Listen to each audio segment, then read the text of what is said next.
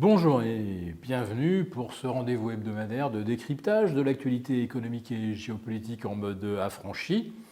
Je salue tous les abonnés de TV Liberté pour cet épisode que je vais intituler « Attendez un peu de connaître la suite ».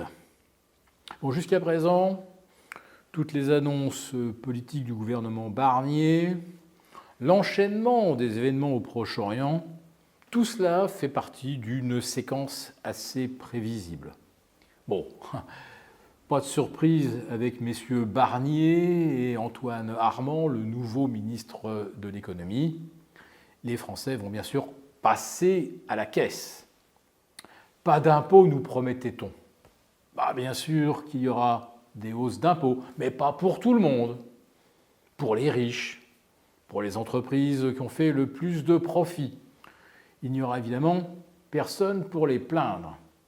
Pour l'instant, le riche, c'est celui qui gagne plus de 20 000 euros par mois. Mais si en 2025, on s'aperçoit que ces ponctions fiscales ne suffisent pas, on abaissera progressivement le curseur comme on l'a toujours fait. Et puis, on vous le disait depuis des mois, attendez-vous au déplafonnement des retraites. C'est-à-dire en fait à la désindexation sur l'inflation. Bon, c'était inéluctable et c'est arrivé. La revalorisation est repoussée d'un semestre à mi-2025. Alors si l'inflation est à 2%, c'est pas bien grave. Si elle repart au-delà de 3 ou 3,5%, ça va commencer à piquer.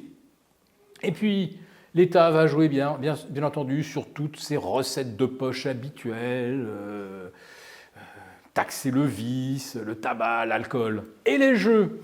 Et oui, FDJ va être une des nouvelles vaches à lait de l'année 2025.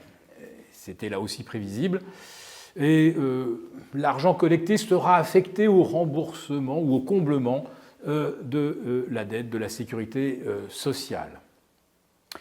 En tout, le gouvernement annonce une enveloppe de 60 milliards de réduction de la dette.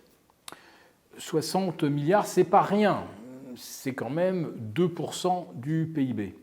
Donc il faudrait qu'on ait une croissance d'au moins 2,5% l'année prochaine pour compenser une ponction de pouvoir d'achat, quels que soient les tuyaux que l'on branche pour venir vous sucer votre argent.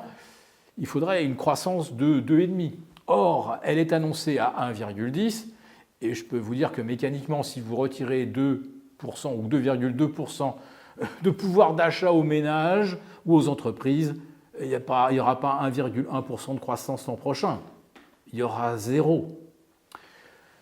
Et ma conviction est d'autant plus forte qu'on ne peut pas compter sur l'aide de notre principal partenaire allemand, dont l'économie est en récession, elle était déjà en 2023, le sera pour une deuxième année consécutive en 2024. Ne comptez pas non plus sur les États-Unis. Après une orgie budgétaire de plus 3 600 milliards depuis juin 2023, et un endettement de 10 milliards en plus par jour, tout ça pour maintenir en lévitation la croissance économique américaine avant les élections du 5 novembre, sans quoi les États-Unis seraient peut-être à 1 ou 1,5 de croissance, donc tout est fait pour défendre le bilan des démocrates. Eh bien, passé le 5 novembre, que ce soit les démocrates ou les républicains, ça ne change rien. On arrêtera évidemment de creuser et de verser des kilotonnes de dollars dans le tonneau des Danaïdes. Donc la croissance 2025 aux États-Unis ne sera évidemment pas équivalente, et de très loin, aux 3% qu'on a eu grâce à l'achat de la croissance à crédit. Et puis la Chine, bien sûr. Alors là, on attend monts et merveilles de ce package de 1000 milliards de yuan. Allez, ne nous embêtons pas, ça représente 285 milliards d'équivalents dollars et 250 milliards d'euros.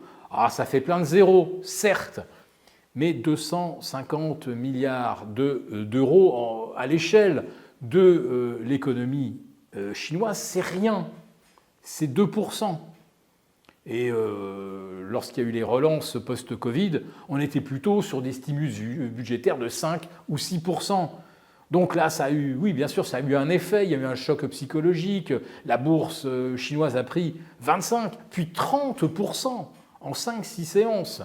Mais on extrapole complètement les effets politiques et les effets positifs de cette enveloppe. Et puis, bien sûr, il y a une dernière inconnue qui reste le Proche-Orient.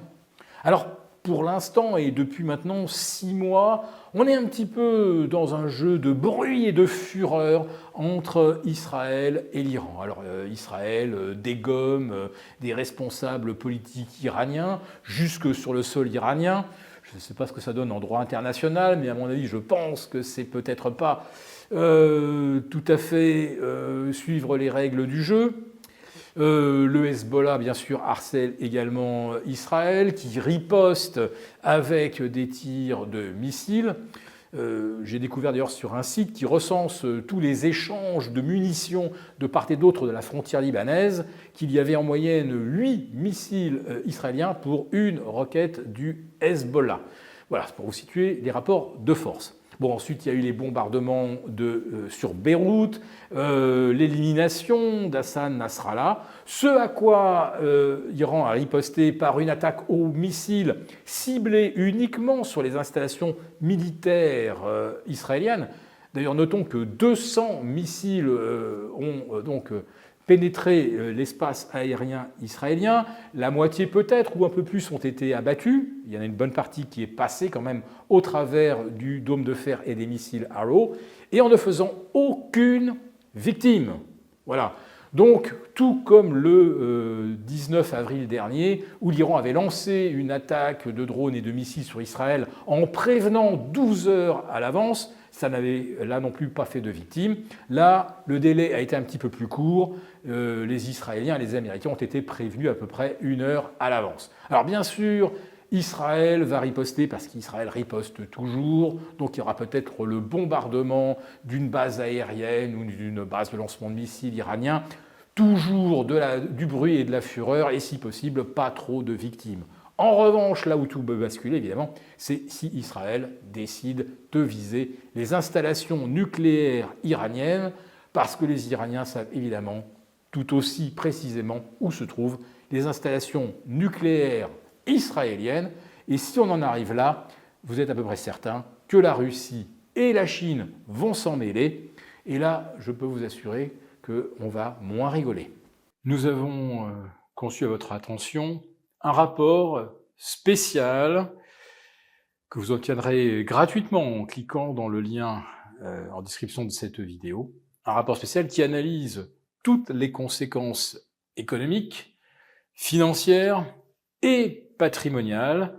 Et bien sûr, ce rapport vous offre également des mesures, des initiatives à mettre en place très rapidement pour protéger votre épargne, celle de vos proches, tout ça donc dans un rapport gratuit que vous obtenez en cliquant en bas de cette vidéo.